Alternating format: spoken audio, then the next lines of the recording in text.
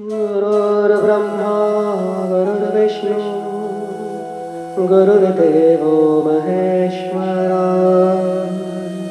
गुरुर्साक्षात् परं ब्रह्म तस्मै श्री गुरुवे नमः।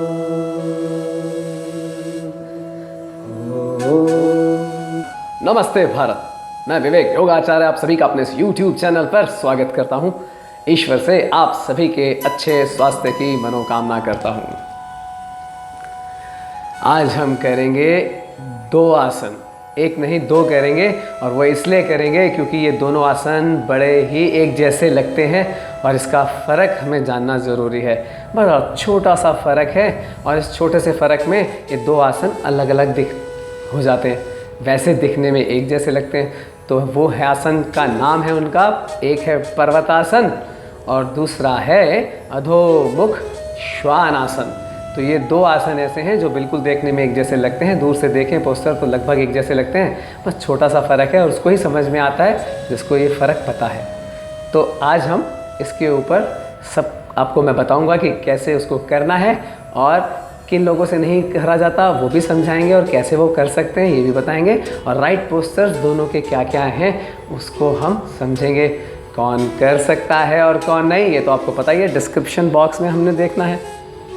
तो हम शुरू करते हैं। तो क्या करेंगे, सबसे पहले पेट के बल ज़मीन पर मैट पर लेट जाएं और पैरों के पंजे जैसे आपने सीधे रखे हैं, इनको पंजों को ऐसे उठाएं और टोस को अपनी तरफ खींचते हुए पंजों के ऊपर आ जाएं। अपने हाथ हमने बिल्कुल जहाँ चेस्ट है वहाँ उसके साथ में बिल्कुल मिलाकर हथेलियाँ ज़मीन की तरफ रखते हुए रख लेनी है और आपके हाथ कोहनियाँ उठी हुई। धीरे से हम यहाँ से पहले आएंगे दंड पोस्चर में, दंडासन के अंदर आ जाएंगे और यहाँ से हम ध्यान से देखेंगे क्या करने वाले हैं।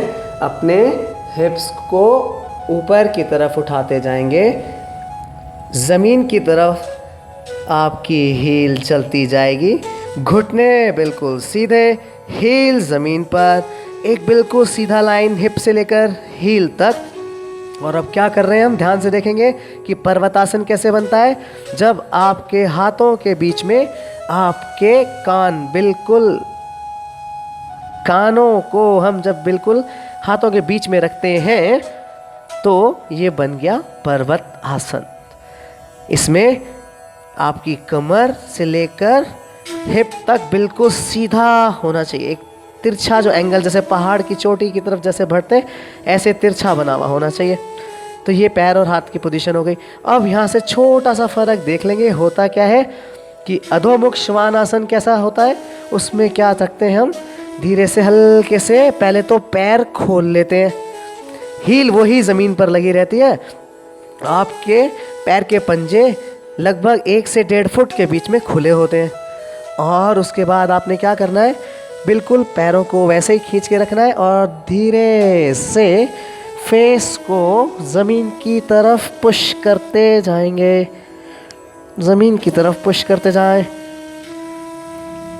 आपके कान आपके हाथों से अलग दूर हो गए हैं, अब देखें अंदर की तरफ आ गए हैं।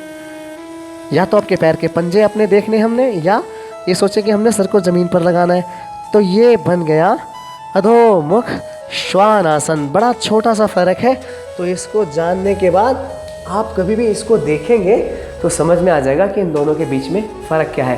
तो अभी हम, एक तो ये हो गया आसन, अब मैं बताने जा रहा हूँ कि किनसे जिनसे नहीं होता है वो कैसे करेंगे। तो ध्यान से देखेंगे, आपने क्या करना है, जिनसे बिल्कुल नहीं होता वहाँ से शुरू करते हैं। तो हम पेट के बल लेट जाएंगे, पैरों के पंजे हमने मिला लिए, ये तो हुआ पर्वतासन के लिए।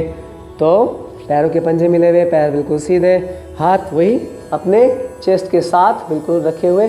अब हमें पता है कि हम सीधा दंड आसन में नहीं आ सकते, ऊपर नहीं उठते हैं, तो क्या करेंगे, धीरे से जैसे भुजंग आसन में उठते हैं उठ जाएं, माना कि हम इतना उठ पा रहे हैं। उसके बाद हमने क्या करना है, हिप्स को धीरे से हिप्स को उठा लेना है और पीछे ले जाना है, पीछे ले जाना है।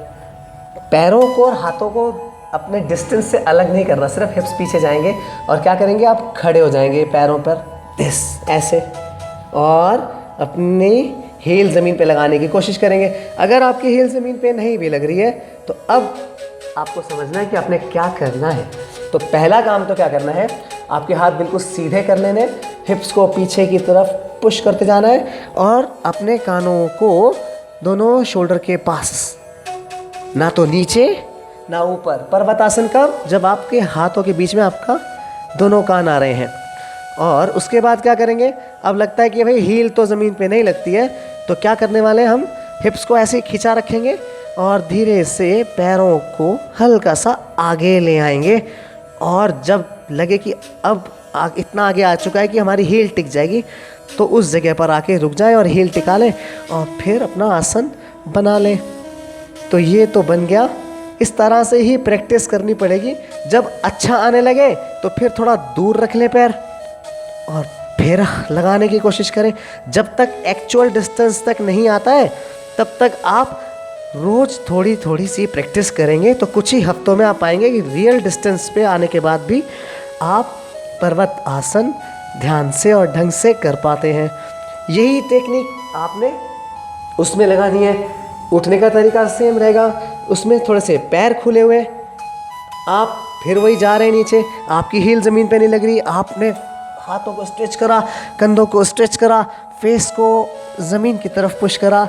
आगे वाला पोर्शन तो ठीक हो रहा है लेकिन हील नहीं टिक रही, तो बात वही, थोड़ा सा पैर आगे रखें। देखें ज़मीन पे जब हील टिकने लगे उतना पैरों को आगे ले आए और ज़मीन पर हील टिक जाए। तो अब उसके बाद जब नीचे जाएंगे तो अब कोशिश करें धीरे धीरे फेस को घुटने की तरफ पुश करने की। तो क्या फ़र्क है, बस इसमें फेस ज़्यादा अंदर की तरफ आ जाता है, ज़मीन की तरफ पुश करते हुए हम आते हैं, शोल्डर बिल्कुल अच्छे से स्ट्रेच हो जाते हैं और हमारे पैर 1 से 1.5 फुट दोनों के बीच में डिस्टेंस होता है, इतना दूर खुले होते हैं। वापस कैसे आएंगे, वही हिप्स, पहले हिप्स नीचे करें और वज्रासन में जहाँ घुटने रखते हैं ऐसे बैठ जाएं और धीरे से पीछे हो जाए। तो ये हो गया हमारा पर्वत आसन और अधोमुख श्वान आसन के बीच में डिफरेंस। तो इस डिफरेंस को ज़रूर समझें ताकि आपको पता हो कि किसको किस तरह से किया जाता है। और ये वीडियो आपको जानकारी से भरपूर लगी हो तो इसे शेयर ज़रूर करें, लाइक और सब्सक्राइब कर लें चैनल को, और आपके अच्छे अच्छे कमेंट्स का मुझे इंतज़ार रहेगा। और कोई कमी होती है तो आप ज़रूर बताएं कमेंट कर। और नई वीडियो तक के लिए नमस्कार।